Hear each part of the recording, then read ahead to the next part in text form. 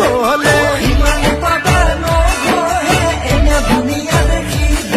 ওই বহু বেকাৰ কলি যায়ও তাই বিচৰা হল